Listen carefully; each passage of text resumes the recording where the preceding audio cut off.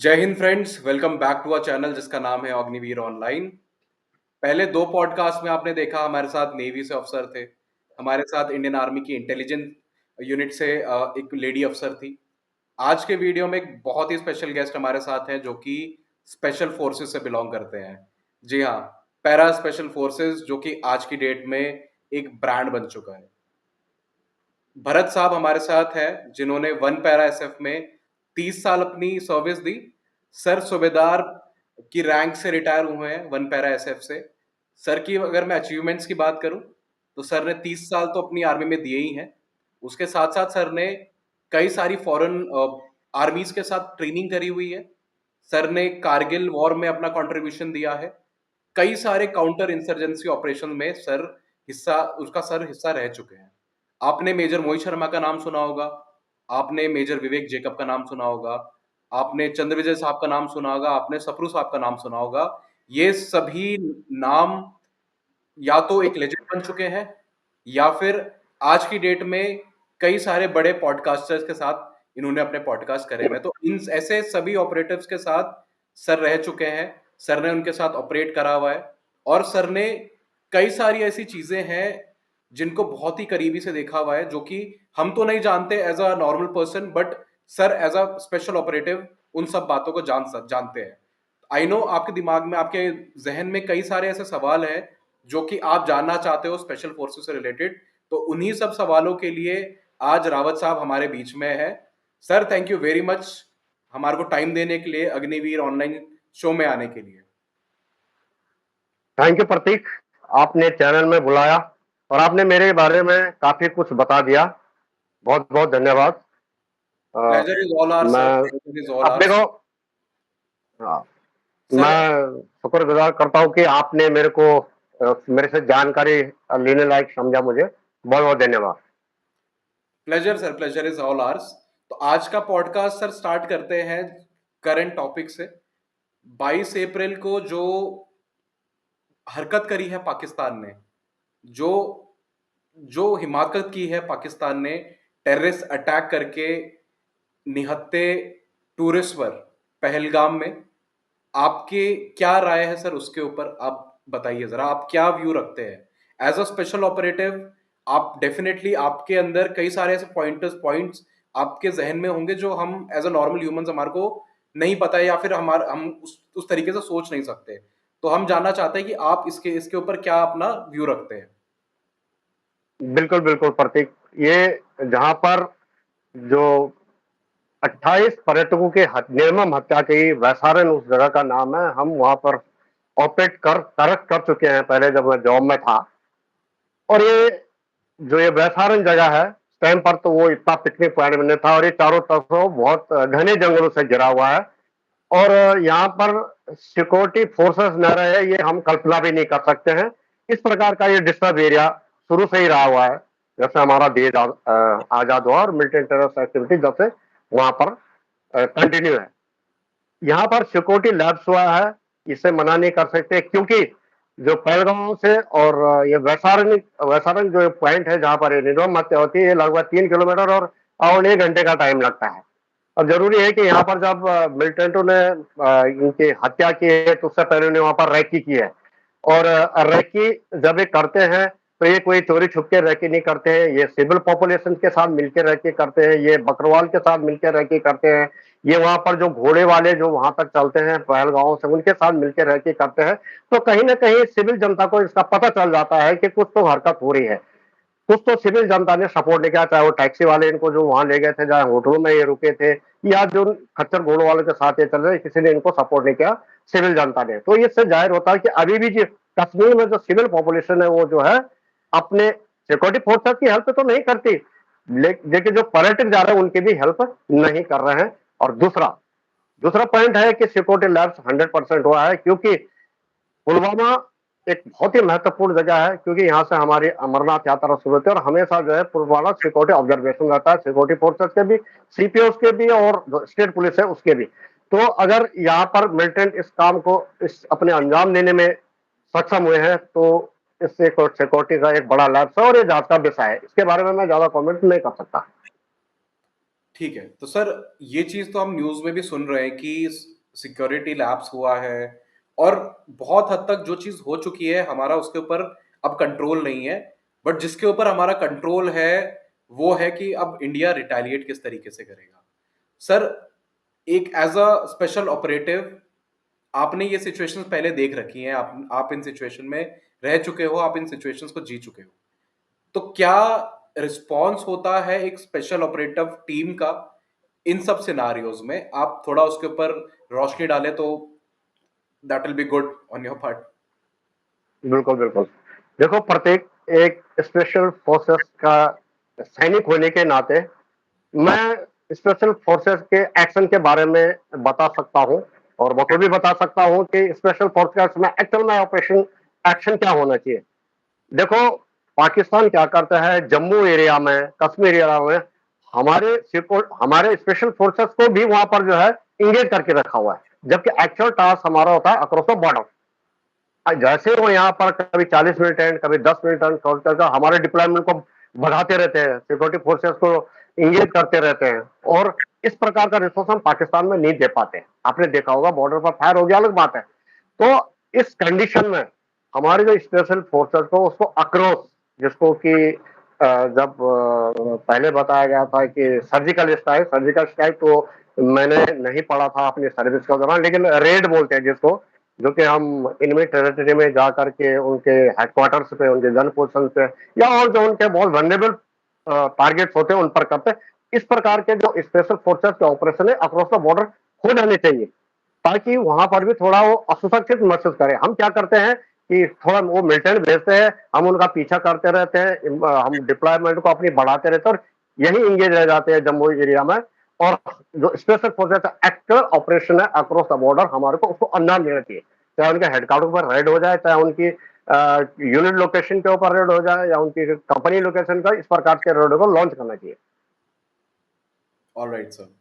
सो अभी तो जैसे सर आपने बताया किस तरीके से पैरासेफ अपना आगे मोटिव ले सकती है, कदम उठा सकती है, बट अभी हम देख पा रहे हैं आर्मी, नेवी, एयरफोर्स आज की अगर मैं न्यूज की बात करूं सर, तो जो हमारी सी मीटिंग हुई है अभी, कमेटी की हमारी मीटिंग हुई है सिक्योरिटी काउंसिल के ऊपर, तो उसमें आर्मी, नेवी, एयरफोर्स तीनों के जनरल्स और साथ साथ एनएसए डोवाल साहब और डिफेंस मिनिस्टर साहब एंड सीडीएस साहब, सब पीएम मोदी के लीड में एक मीटिंग हुई है। उसमें ये अभी लोग अनुमान लगा रहे हैं कि बहुत हद तक शंका आशंका है कि कुछ वॉरलाइक सिचुएशन इंडिया इस तरीके से रिटेलिएट कर सकता है पाकिस्तान के ऊपर। तो क्या आप आपको भी ये लगता है कि ऐसा कुछ होने की संभावना है? बिल्कुल, बिल्कुल, पूरी-पूरी संभावना है, क्योंकि जो हमारे टॉप लीडर्स है, जो हमारे प्रधानमंत्री हैं, आपने देखा कि वो देश में अकेला ऐसा राजनेता है जो कि अकेला चेहरा है इस टाइम पर वर्ल्ड पॉलिटिक्स में, not in Indian politics only. तो देखो, जो हमारे आर्मी के चीफ है, जो आपने बोला एनएसए है, रक्षा एनएसए, ये सब कुछ जो हमारे डिफेंस के जो सीनियर्स होते हैं, ये उस टाइम पर टॉप लीडरशिप का एक एडवाइजर का काम करते हैं। एक्शन टैक्टिकल वॉर जो है हमारी फोर्सेस ने करना है, डिफेंस ने करना है, लेकिन एडवाइजर का काम करते हैं किसको? प्रधानमंत्री को, जिन्होंने फैसला लेना है।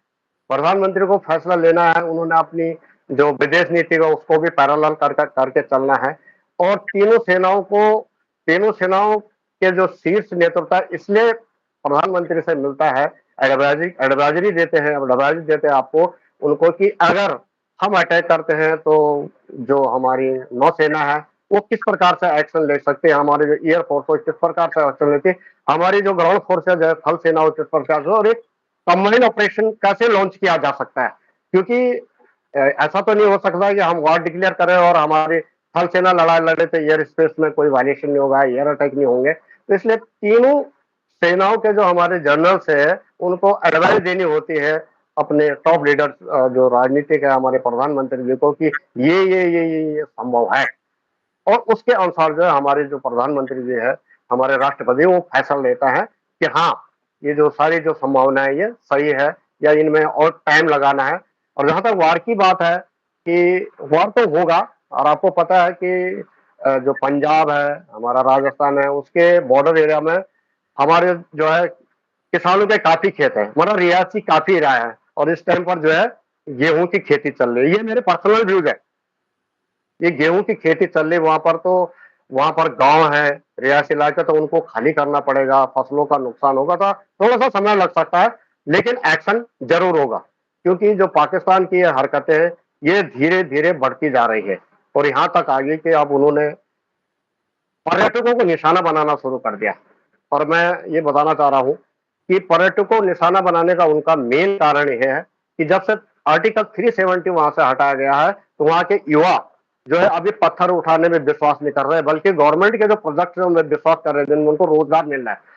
पहले वो क्या करते थे कि पत्थर फेंकने के लिए सिक्योरिटी फोर्सेस पे 1000 रुपए, 100 रुपए जो भी मिलता उनको पैसे थे, तो उसके लालच में आकर पत्थर फेंक देते थे। तो वो अपनी प्रेजेंस को शो कर रहा है कि हाँ अभी हम यहाँ पर मौजूद है, ताकि जो युवा है, घाटी के युवा है, घाटी के जो लोकल पुलिस है, उनको विश्वास बना रखे। वार तो होगा, लेकिन थोड़ा सा डिले हो सकता है। बिल्कुल सर, इवन हम भी चाहते हैं, हम भी यही चाहते हैं कि इंडिया पाकिस्तान को मुंह तोड़ जवाब दे, अब वो किसी भी तरीके से दे।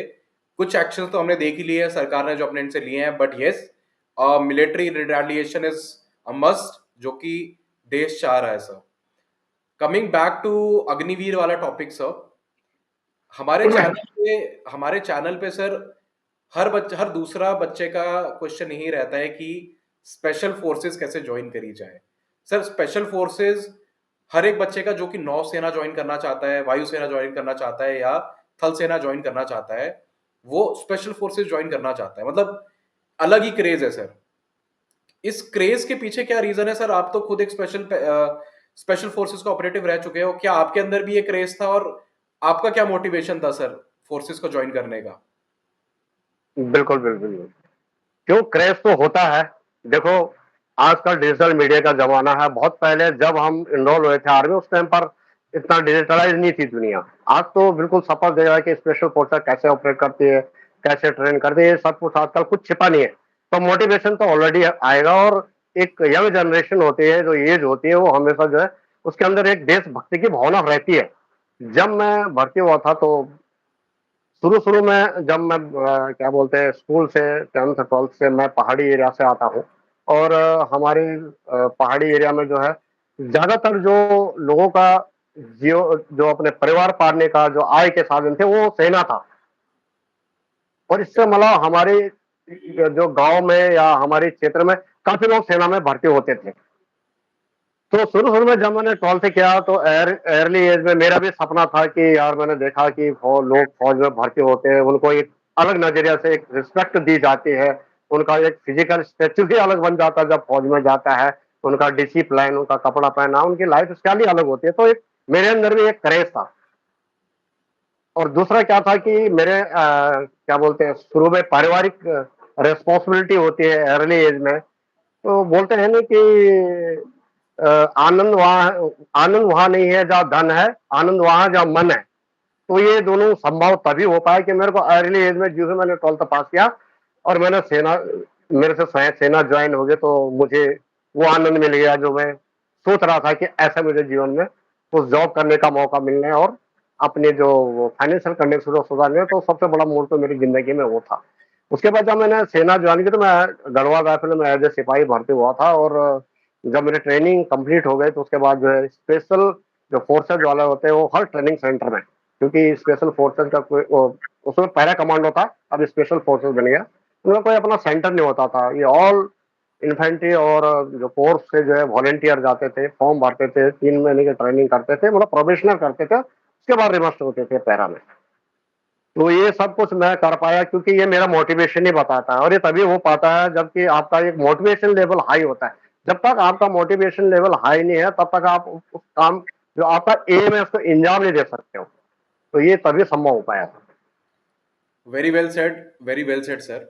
इवन मैं ये हमारे युवा को भी यही मैसेज डायरेक्ट पहुंचाना चाहता हूँ, जैसे कि सर ने बोला कि आप वहां मत जाइए जहां धन है, आप वहां जाइए जहां आपका मन है। अगर जैसे कि हमारे लेट जनरल बिपिन रावत साहब ने भी यह बात बोली है कि अगर आप आर्मी को पैसे कमाने का एक साधन सोच रहे हैं, तो आप मत ज्वाइन कीजिए, क्योंकि ये एक वे ऑफ लाइफ स्टाइल है। एम आई राइट सर? बिल्कुल राइट, राइट, बिल्कुल। सर, अच्छा सर, ठीक है। दू मैं समझ गया कि अगर एक बच्चे के अंदर क्रेज़ है, वो स्पेशल फोर्सेस जॉइन करना चाहता है बिल्कुल। और वो स्पेशल फोर्सेस जॉइन कर भी गया, पर वी नो कि कितना चैलेंजिंग होता है सर एक स्पेशल फोर्सेस का ऑपरेटिव बनना। क्या सब मेंटल एंड फिजिकल चैलेंजेस एक बच्चे को आ सकते हैं एक स्पेशल फोर्सेस ऑपरेटिव बनने के लिए, और किस तरीके से वो मेंटली प्रिपेयर हो सकता है? आप उसके ऊपर भी सर रोशनी डालिए। देखो प्रतीक, सबसे पहले तो जब हम सेना में भर्ती होते हैं, तो अलग-अलग रेजिमेंट में भर्ती होते हैं। अभी जो स्पेशल फोर्सेस फोर्सेस में जो कंटिन्यू करने का जो तरीका है, जब मैं पैरा कमांडो में गया था, तो उस टाइम पर हम इन्फेंट्री सोल्जर ट्रेन होते थे, 9 महीने में ऐसे में वहाँ जाते थे, अपना प्रोबेशन करते थे, जंप करते थे और हम जो है कमांडो बन जाते थे। लेकिन जब से ये अग्निवीर जो स्कीम आई है, तब से जो पैराशूट रेजिमेंट में जो रिक्रूट इनरोल होता है, वो डायरेक्ट जो है एसएफ बटालियन में प्रोबेशनर के लिए जाता है। ओके। लेकिन जो बाकी इन्फेंट्री में भर्ती होते हैं, चाहे वो कुमाऊं रेजिमेंट, गढ़वाल रेजिमेंट और भी कोर में भर्ती होते हैं, उनका वॉलंटियर होने के आना है, तो उनको वहां पर अग्निवीर ट्रेनिंग कंप्लीट करनी होगी। उससे पहले नहीं आ सकते वो, जिस रेजिमेंट में वो भर्ती हुए। हाँ, पैरा रेजिमेंट का बंदा डायरेक्ट जो है पैरा एसएम में प्रोबेशनर के लिए आता है। फिर जब ये 3 महीने तक वहाँ पर प्रोबेशनर करते हैं, उसके बाद इनको जंप के लिए भेजते हैं और जंप होने के बाद वो फिर अंडर, जैसे बाकी रेजिमेंट में होता है, पैरा एसएम में भी ऐसे ही उनको अंडर 4 साल तक अग्निवीर के तौर पर अंडर जो है कंसिडरेशन रखा जाता है।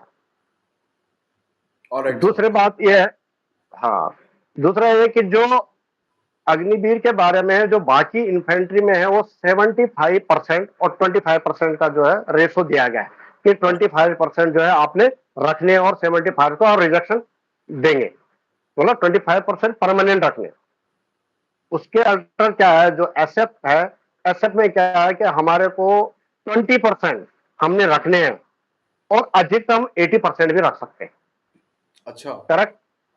हाँ, 80% तक रख सकते हैं। ऑलराइट सर, तो ये आपने बहुत ये अच्छा, डिफरेंस है।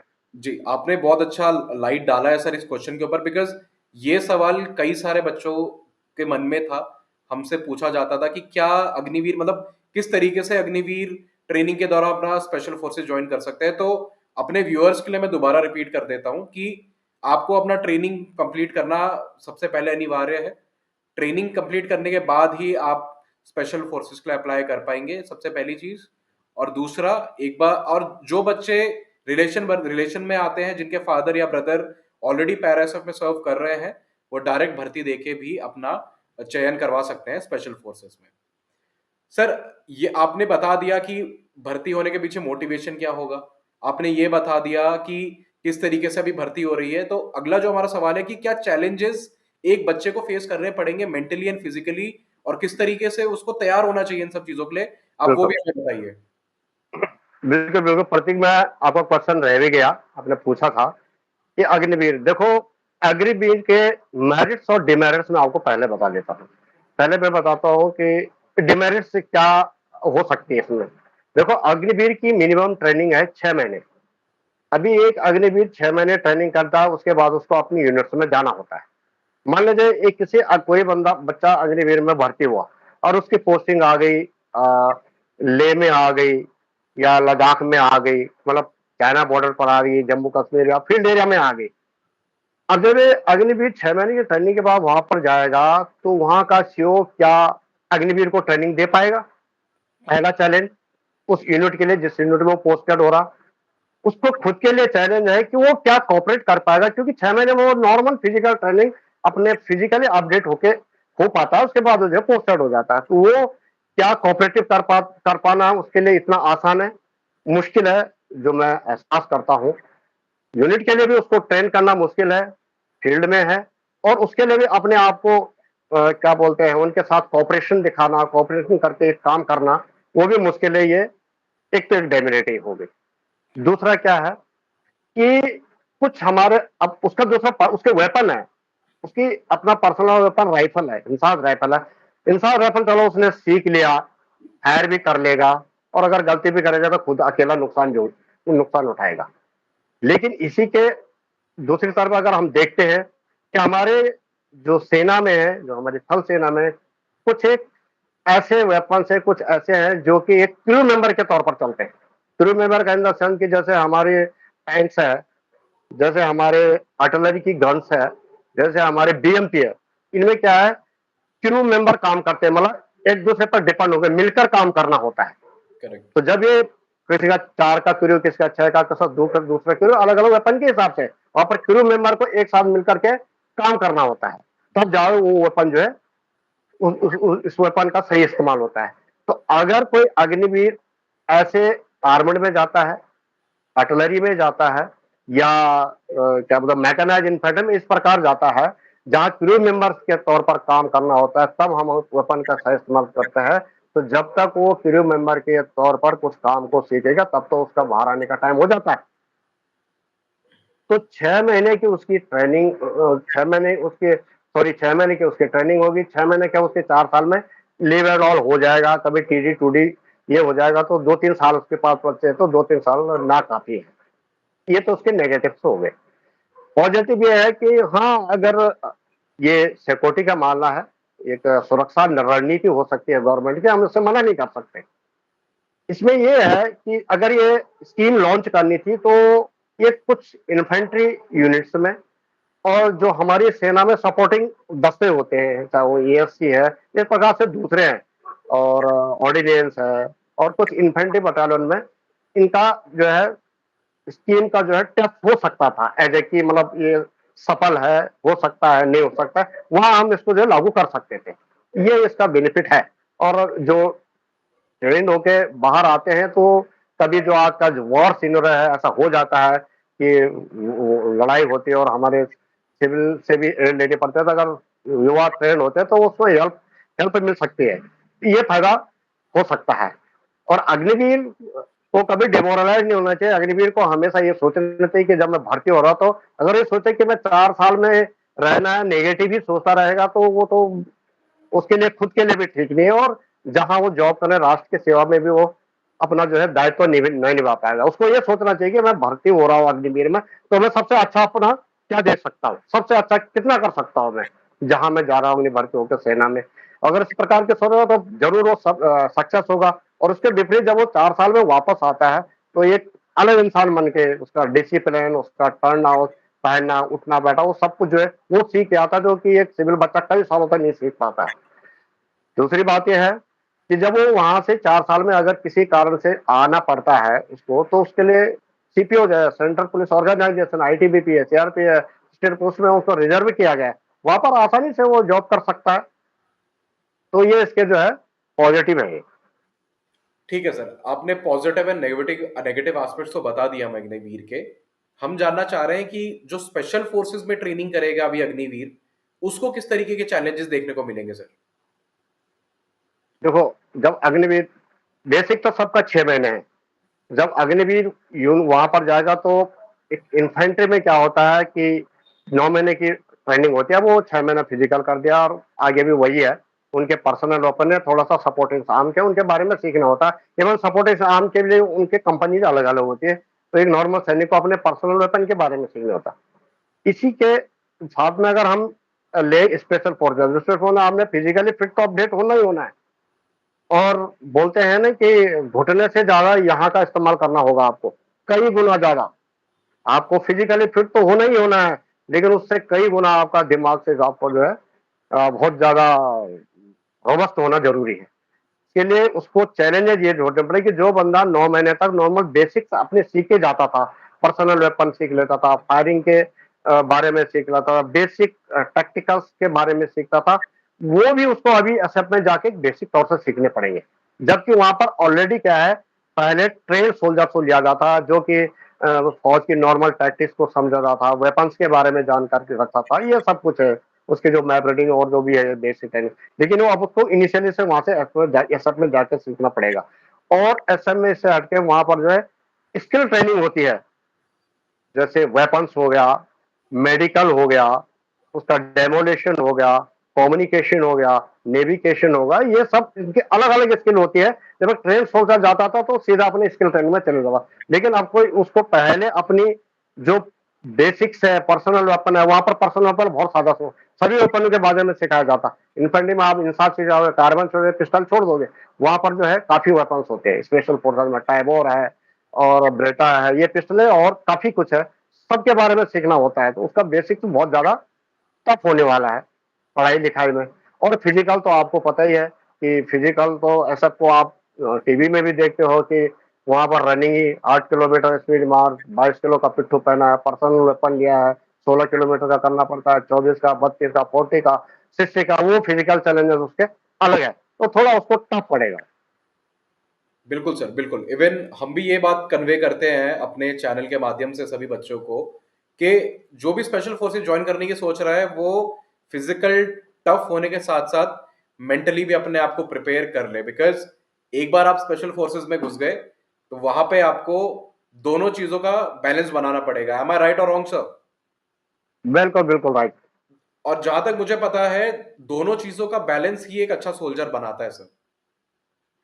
बिल्कुल बिल्कुल।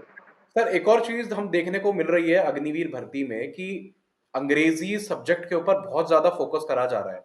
जैसे कि मैंने पॉडकास्ट की स्टार्टिंग में बताया कि आपने कई सारी फॉरेन आर्मीज के साथ आपने ट्रेनिंग करी हुई है, तो ये आपके टाइम की बात है। और ये ट्रेनिंग रुकी नहीं है, ये ट्रेनिंग हर साल होती है। हम न्यूज में देखते रहते हैं, आर्मी के पोर्टल्स में देखते रहते हैं कि अलग अलग कंट्रीज की आर्मी हमारे साथ ट्रेनिंग करने आती है।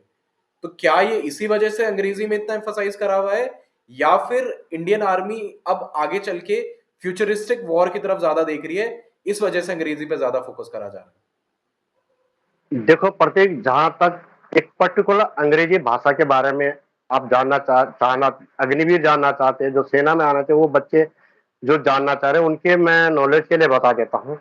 और आपको भी बता देता हूँ कि ये इस दृष्टि से नहीं अंग्रेजी के बारे में जोर दिया जा रहा है कि हम जो फॉरेन फोर्सेज है उनके साथ, चाहे वो यूएस आर्मी है, चाहे वो रशियन आर्मी है, चाहे वो श्रीलंका आर्मी, जो फॉरेन आर्मी उनके साथ ट्रेनिंग करता है, तो हमारे को अंग्रेजी बोले, ये कोई औचित्य नहीं है। है। इसका बेसिक ये है कि जब पहले वेपन होते थे वो हमारे नॉर्मल वेपन होते हैं, मतलब एसएलआर हो गया, चाहे इंसास हो गया, ये भी नॉर्मल वेपन होते थे, पर्सनल वेपन, और इतने वेपन्स हमारे पास नहीं थे।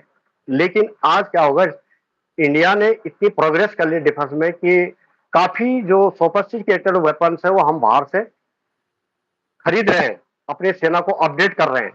तो उसमें क्या है कि जब बाहर से कोई वेपन आता है तो उसकी ट्रेनिंग, हम कोई वहां ट्रेनिंग के लिए थोड़ी जाते हैं, हमारे पास उनकी क्या जाती है, लॉग बुक्स आती है कि suppose tiger of software special forces में आई, उसकी लॉग बुक आ गई यहाँ पे। अब हमें क्या होता है कि उन लॉग बुकों को पढ़ना होता है, इसको खोलना कैसा है, इसको जोड़ना कैसा है, इसको सफाई कैसे करनी है, अगर इसमें कोई फॉल्ट आता है, टेक्निकल फॉल्ट, उसको कैसे करेक्ट करना है। इसमें जो वो देख साइट्स दी गई, चाहे नाइट विजन साइट्स है, जिसका अलाइनमेंट सिस्टम है वो कैसा, ये सब कुछ स्टडी हमारे को लॉग बुक्स में पढ़ना होता है। अगर हम पीछे की तरह से बिल्कुल एक नॉर्मल एजुकेशन से आ जाए जिसमें कि अंग्रेजी भाषा को इंडक्ट नहीं किया गया, तो थोड़ा परेशानी आ सकती है। इसलिए क्या किया गया कि एक चेंजमेंट में किया गया है।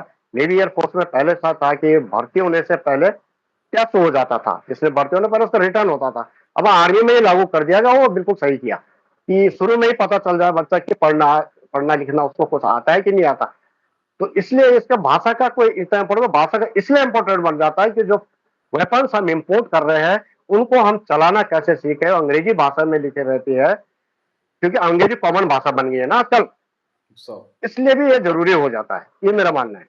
तो जो बच्चे ये सोच रहे हैं कि फौज में जाने के बाद पढ़ाई से नाता छूट जाएगा, उनको ये बबल से बाहर आने की जरूरत है कि फौज में एक बार आप घुस गए, आर्मी नेवी एयरफोर्स किसी में भी, तो पढ़ाई तो आपको करनी पड़ेगी। सर ये आप ही बताइए कितनी पढ़ाई करनी पड़ती है आर्मी में? बिल, बिल्कुल बिल्कुल पढ़ाई करनी पड़ेगी, क्योंकि आजकल के वेपन्स में एलिवेशन सिस्टम भी है। आजकल के वेपन्स में एलिवेशन सिस्टम समझते हो ना, जब इनडायरेक्ट इनडायरेक्ट वेपन होते हैं तो उनमें एलिवेशन नहीं तो होता। ठीक है, तो अगर आप ये सोचेंगे केवल मुझे अपना नाम लिखना आता है, नॉर्मल हिंदी पढ़नी आती है, तो शायद टफ पड़ेगा। मैं ये बोल रहा हूँ नहीं कर पाएगा, क्योंकि जो सेना की बेसिक, अगर कोई बेसिक चीज को अडॉप्ट कर लेता, बोलने मतलब कि मैं पैरा एसएफ में जाना चाहता हूँ और मेरे को मैंने उसके बेसिक टेस्ट पास कर लिए, और उसके बाद कोई ये सोचेगा कि भाई कोई बात नहीं, इसने बीपीटी पास कर ली, पीपीटी पास कर ली या रनिंग पास कर ली, लेकिन इसका बस का नहीं है एसएफ में नौकरी करने का। नो, जब हम किसी चीज का बेसिक को अडॉप्ट कर लेते हैं, करने में सक्षम हो जाते हैं, तो सेना में इसकी सब व्यवस्था होती है। आपको फिजिकल टफ कैसे बनाना है वो भी उनके पास सब व्यवस्था होती है। आपको मेंटली रोबस्ट कैसे बनने का उनके पास वो भी टैक्टिक्स होती है। आपको पढ़ाया कैसे जाएगा सब वो होता है, लेकिन ये टोटली डिपेंड हो गया आपके पर्सनल मोटिवेशन के ऊपर, आपके पर्सनल इंटरेस्ट के ऊपर आप कितना दे पा रहे हैं। सर, अच्छा सर, अग्निवीर की तो अभी बहुत बातें हुई हैं। मैं थोड़ा आपकी लाइफ के बारे में भी थोड़ा जानना चाहता हूँ सर। जब आपने स्पेशल फोर्सेस ज्वाइन करी सर, आई नो आपने कई जगह पे अपनी पोस्टिंग्स काटी हैं। आपने सीआई एरियाज में अपनी पोस्टिंग काटी होगी, आपने पीस जोन में पोस्टिंग काटी होगी। सबसे ज्यादा चैलेंजिंग पोस्टिंग आपके लिए कौन सी रही है और उसका उसके पीछे क्या रीजन रहा है सर? देखो प्रतीक, जहां तक मेरी पोस्टिंग की बात है, तो बीइंग ए एसएफ सोल्जर, तो हमारे को सब जगह ऑपरेट करने का मौका मिला है, चाहे नॉर्थ ईस्ट में हो, जेएंडके में हो, और ये दोनों ही मेन डिस्टर्ब एरिया है। जी। तो हमने दोनों जगह पूरा ऑपरेट किया हुआ है, हर इलाके में, जेएंडके के में, हर जगह में, और जितने भी ऑपरेशन होते हैं सभी में एसएफ के जो सोल्जर्स है वो इन्वॉल्व होते हैं। हाँ, एक नॉर्थ ईस्ट में जो हमने ऑपरेट किया, तो वहां पर एक बार एक चैलेंज आया था हमारे सामने। एक गाँव पड़ता है, मैं ज्यादा डिस्कशन नहीं करूंगा सिक्योरिटी फोर्सेस का ऑपरेट मोडस ऑपरेंडी के बारे में, मैं कुछ नहीं बताऊंगा, क्योंकि ये मैं मानता हूँ कि मुझे नहीं बताने पर मैं आपको ये बता सकता हूँ। एक होक्यात गाँव पड़ता था बर्मा में, वहां पर जो है जो एंटी नेशनल एलिमेंट्स है जो नॉर्थ ईस्ट में ऑपरेट करते हैं, उनका एक बहुत बड़ा कैंप था वहां पर। तो उस पे हमने रेड करना था, तो यकीन मानिए, मतलब हम दो दो तीन रात तक कंटिन्यू चले, क्योंकि दिन में मूवमेंट नहीं कर सकते, ये सिक्योरिटी का मामला होता है। दिन में कहीं हाइट लेनी होती है और रात को हमें मूव करना होता है। तो एक होकियात गांव होता था, तो वहां तक हम पहुंचे। तो ये बहुत टफ था मेरे लिए, जो पहला था शुरू शुरू में जब मैं भर्ती हो गया था नॉर्थ ईस्ट में, मुझे ऑपरेट करने का मौका मिला। वो तो था नॉर्थ ईस्ट का। दूसरा जेएंडके में तो गिनती नहीं कर सकते कि कितने बार मौका मिला है। फायर जो कांटेक्ट मिलिटेंट से फायर कांटेक्ट की बात तो बोलनी क्या है, हमेशा ही कांटेक्ट होता था। लेकिन कुछ कुछ ऑपरेशन बहुत क्लोज रहते हैं, जिसमें आपने सुना होगा कि मेजर मोहित शर्मा, अशोक चक्रा जो शहीद हुए थे कुपवाड़ा के हापुड़ा जंगल में, ये बहुत टफ ऑपरेशन था। तब मतलब बहुत मशक्कत करनी पड़ी थी, कैजुअलिटी हमारी हो गई थी, और हमने मिलिटेंट को मारना था, ये बिल्कुल तय था। और स्पेशल फोर्सेस का होता ही है कि अपना एक साथी गंवा लिया तो उसके जो है जवाब में मिलिटेंटों को मारना ही मारना है, कैजुअलिटी देनी देनी है उनको। और दूसरा ऑपरेशन हमारा सोपुर में हुआ था, वहां पर हमारे कैप्टन जस देवेंद्र सिंह जस शहीद हुए थे, शौर्य चक्रा मिला था। तो वो भी एक बड़ा टफ चैलेंज था। और ऐसे बहुत सारे ऑपरेशन है जो कि स्पेशल फोर्सेस में रहते हैं, हमने किए हैं, बहुत क्लोज भी किए हुए हैं। तो ये काफी कुछ ऑपरेशन है। Alright sir. सर, आपने मेजर मोहित शर्मा साहब का नाम लिया, एंड हम जानते हैं कि आपने उनके साथ भी ऑपरेट करा है। आप you are one of the lucky ones जिन्होंने बहुत क्लोजली सर के साथ अपने जीवन के कुछ पल काटे हैं। जरा आप बिल्कुल अगर बिल्कुल, थोड़ा बहुत। रोशनी डाल सकते हैं किस तरीके का नेचर था मोहित शर्मा साहब का, किस तरीके के वो इंसान थे, किस तरीके के वो ऑपरेटिव थे। बिकॉज साहब की एक बहुत फेमस स्टोरी है कि वो टेररिस्ट के बीच में रहे, उनको लीड करा उनके ग्रुप को, और ठोक के वापस यूनिट में आ गए। तो मतलब इस तरीके का बिल्कुल एक्ट तो कोई डेयर डेविल ही कर सकता है। और ऐसे डेयर डेविल के साथ अगर आपको रहने का मौका मिला है, तो आप जरूर कुछ उनकी लाइफ से रिलेटेड चीजें हमारे साथ शेयर कीजिए सर। देखो प्रतीक, मैंने पहले बताया आपको मैं टैक्टिकली कैसे मोहित शर्मा करते थे, इसको मैं डिस्क्लोज नहीं करूंगा। हाँ, ये बताओ तो स्पेशली क्यों थे। मैं मोहित मोहित मेजर मोहित शर्मा मेरे साथ ऑपरेशन में नहीं, वो मेरे कंपनी कमांडर भी रहे हुए थे। कंपनी कमांडर इन्फेंट्री में बोलते, हमारे टीम लीडर बोलते थे। तो वो एक स्पेशल उनकी उनका सोचने का ही तरीका अलग था। वो अपनी सोच को वहां से शुरू करते थे जहां से थे कि हमारी सोच बंद हो जाती है। अगर सपोज हम रनिंग कर रहे हैं, हमने 40 किलोमीटर दौड़ना, तो जब हमारी 40 किलोमीटर में जो भी होता है एक्सलेंट सुपर जो भी हम लेते हैं अलग अलग खाने में, वो हम पूरा करते थे। तो मोहित शर्मा साहब उससे आगे जो हम करते हैं उसको तवज्जो दे देते। अगर जो रनिंग होगा उसके बोलते था ओके, अगर हम 5 किलोमीटर, वो क्या बोलता है कि 3 किलोमीटर मोर, या 40 किलोमीटर से बोला 10 किलोमीटर और चलना है। तो हमारी स्विमिंग ट्रेनिंग होती थी, वो उस आदमी को ज़्यादा ट्रेन करते थे, उनको लगता था कि ठीक थोड़ा-सा इसको डाउट है और ये क्या बोलते हैं 85 मीटर तक है वो उसको तब कराते जब वो बिल्कुल थक जाता था। मतलब उनकी सोच ऐसी थी कि अगर किसी को कमांडो बनाना है, किसको बिल्कुल एकदम रोबस्ट बनाना तो उसको वहाँ से आगे को सोचने के लिए, आगे को करने के लिए मजबूर कर दिया जाए, जहाँ पर कि वो जो है ये सोच के बैठ गया है कि अभी मेरे से नहीं हो सकता, अभी मेरे से हो सकता है। ऑलराइट सर, तो ultimately a living legend, I must say sir. Sir एक और चीज पैरा एसएफ में हमने देखी है कि जो पैरा एसएफ ऑपरेटिव होता है वो थल, जल और वायु तीनों को कॉन्कर करता है। हमें पता है स्पेशल ऑपरेटिव्स होते हैं वो स्काई, वो आपके पैरा जंप करते हैं, वो नेवी में वो डाइव भी करते हैं, right? If I am not wrong, बिल्कुल। नेवी आपका डाइविंग भी होता है पैरा वालों का। तो उस चीज के ऊपर कई मतलब बहुत सारी चीजें ऐसी हैं जो नहीं पता है लोगों को। तो डाइव के ऊपर आप बताइए सर कि किस तरीके से स्पेशल ऑपरेटिव्स डाइव में उनका एक्सपर्टीज बनाया जाता है। देखो, जहाँ तक ग्राउंड फोर्सेस का एक्शन तो आपको पता है कि जो पैरा एसएफ है वो ग्राउंड फोर्सेस ही है, थल सेना का हिस्सा है। अब हम जो जंप करते हैं, जो आप बताया कि ये एयरफोर्स नेवी तीनों ट्रेनिंग का कॉम्बिनेशन है कि स्पेशल फोर्स, तो थल सेना का काम तो हम करते करते हैं क्योंकि हम थल सेना का तो हिस्सा ही है। एयर में जब हम जंप करते हैं उनका मेन मकसद होता है कि जो कमांडो है वो ग्राउंड में एक्सलेंट तो होता है अपने जो टास्क है वो अंजाम देने में। तो जो हमारे टास्क है वो अक्रॉस द बॉर्डर होते हैं, मतलब हमारा जो पैराशूट से जंप करना वो हम अपने अपने टेरिटरी के अंदर तो ऑपरेशन के लिए जंप करने की हमारे को जरूरत नहीं है। हमारा मेन टास्क है अक्रॉस द बॉर्डर जंप करके जो क्या बोलते हैं एनिमी का थ्रेट है, जहां से इमनी हमारे ऊपर थ्रेट पैदा करता है, उसके बियॉन्ड जा करके जंप करके उसकी जो एडवांस है उसको डिले करें, उसके सप्लाई चेन को ब्रेकेज करें। ये हमारे मेन टास्क होते हैं। उसके डीप एरिया में जाके रेड कंडक्ट करें, ये ऑल टास्क होते हैं जो हमारे एनिमी टेरिटरी के बिहाइंड जाकर के करने होते हैं। इसलिए हमारे को एयर ट्रेनिंग दी जाती है, जंप की ट्रेनिंग की जाती है, हम वेपन के साथ जंप करते हैं, हम अपने कम्युनिकेशन सिस्टम को साथ में ले जाते हैं। ये हमारे साथ ट्रेन इसलिए की जाती है जंप की।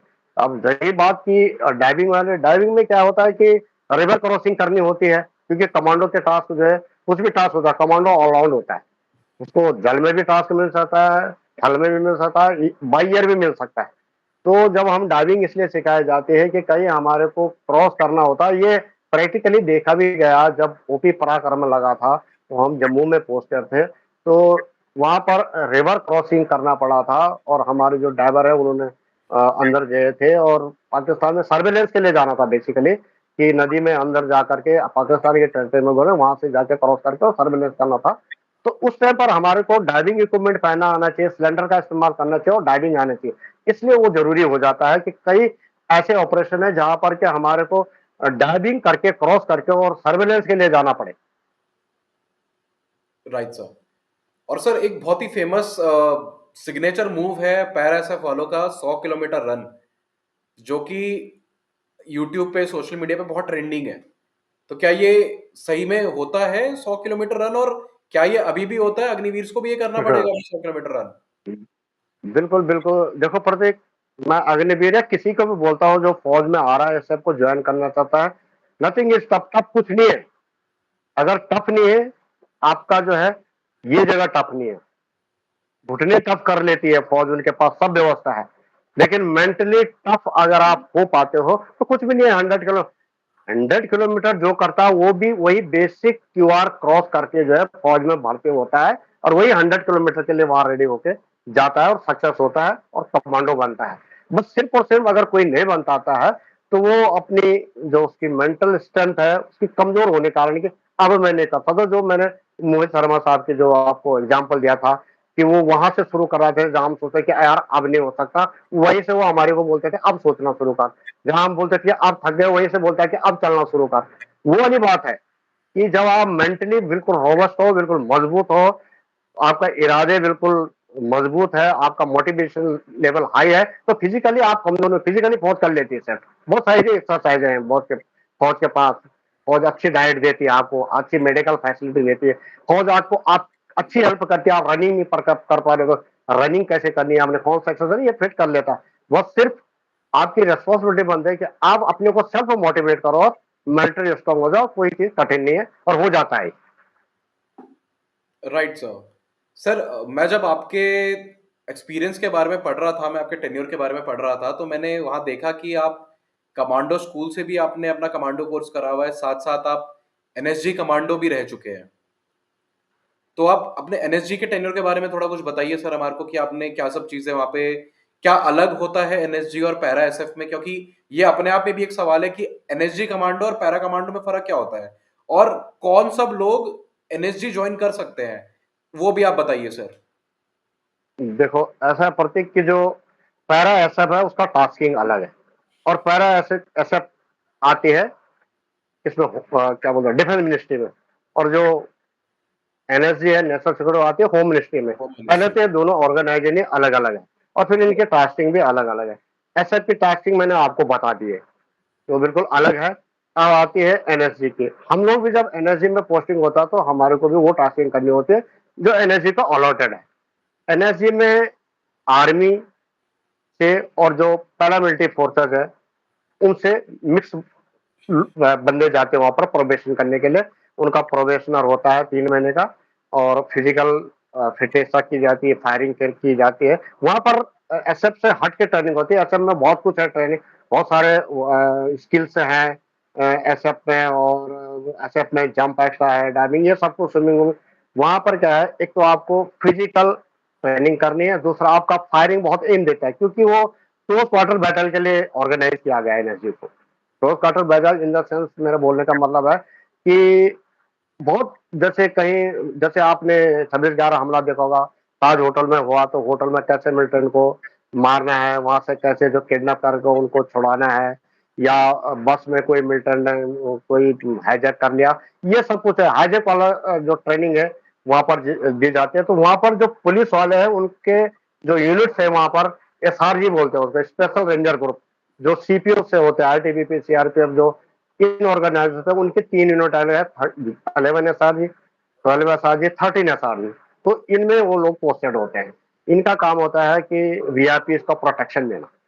वीआईपी मतलब जो मिनिस्टर है, और जो हमारे मुख्यमंत्री है, ये सब कुछ इनको प्रोटेक्शन देने का होता है, सेंट्रल पुलिस ऑर्गेनाइजेशन का, स्पेशल रेंजर ग्रुप का। और जो वहां पर आर्मी वाले जो पोस्टेड है वो होते हैं 51 एसएजी और 52 एसएजी। 51 स्पेशल एक्शन ग्रुप और 52 स्पेशल एक्शन ग्रुप। इनका काम होता है कि अगर कोई टेररिस्ट ने इस प्रकार की हरकत कर दी, जैसे 26/11 को हमले को करते हैं, तो ये वहां पर क्विक रिएक्ट करते हैं, तो क्वार्टर बैटल को इम्पैक्ट दे करके उनको मिलिटेंट को मारना, और जो है जो किसी को किडनैप करना है उसको छुड़ाना, इसलिए ऑर्गेनाइज किया गया है। और इसका हेडक्वार्टर दिल्ली में है। एनएसजी हेडक्वार्टर दिल्ली में है। इनका लोकेशन जो है मानेसर एरिया में, ये वेल नोन है, ये टीवी में भी और सबको पता ही है। तो ये टास्किंग में फर्क है, ऑर्गेनाइजेशन में भी फर्क है। तो अगर सर मैं आपसे पूछूं कि स्पेशल फोर्सेस ट्रेनिंग स्कूल की ट्रेनिंग टफ है, इन्फेंट्री स्कूल की ट्रेनिंग टफ है या एनएसजी की टफ है, तो इनमें से आप कौन से सेंटर की ट्रेनिंग को सबसे ज्यादा टफ बताओगे? जो सबसे ज्यादा टफ तो स्पेशल फोर्स ट्रेनिंग स्कूल को तो नो बिलीव करने की बात ही नहीं है। स्पेशल फोर्सेस ट्रेनिंग स्कूल की तो ट्रेनिंग है, लेकिन उसमें तो हाई लेवल के टैक्टिक्स सीखने होता है, हाई लेवल का कम्युनिकेशन सीखना पड़ता है, और हाई लेवल की टैक्टिक्स के बारे में सीखना पड़ता है।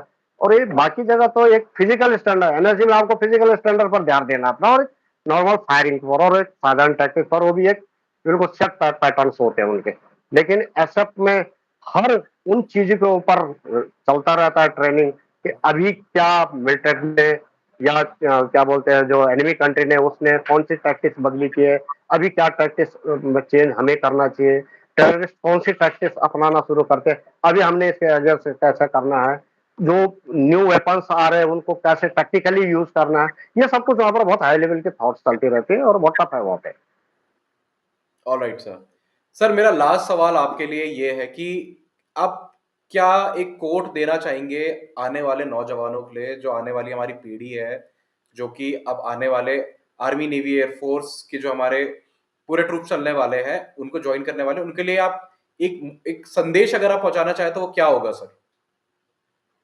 देखो, सबसे पहले मैं ये बोल रहा हूँ कि जो भी अभी army navy as a Agniveer आते हैं, सबसे पहले तो आप सेल्फ मोटिवेटेड हो जाओ, अच्छी तरह से पता कर लो, और जब आप जाते हो वहां पर ये सोचो मैं अपना बेस्ट कैसे दे सकता हूँ।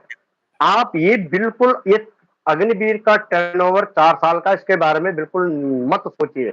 आप ये सोचो कि मैं 4 साल में अपना बेस्ट कितना दे सकता हूँ, जहां मैं जा रहा हूँ अग्निवीर एज अग्निवीर भर्ती होकर। और अब जब मैं ये वादा करता हूँ कि अगर आप ये सोचोगे, एक इतने मोटिवेशन के लेके चलोगे कि मैंने अपना बेस्ट देना है जहां भी मैं अग्निवीर जाऊँ, तो श्योर आप सेलेक्ट होंगे। और आइए, ज्वाइन करिए, और आपको देश सेवा का मौका मिल रहा है। मैंने आपको पहले ही बताया था कि आनंद वहां नहीं जहां धन है, आनंद वहां है जहां मन है। और अगर आप चाहते हैं तो जरूर आप सफल होंगे। Alright sir. Sir thank you very much अपना इंपॉर्टेंट समय हमारे को देने के लिए sir. We are very thankful and we are thankful for your service as well sir. Thank you very much for coming to our show sir.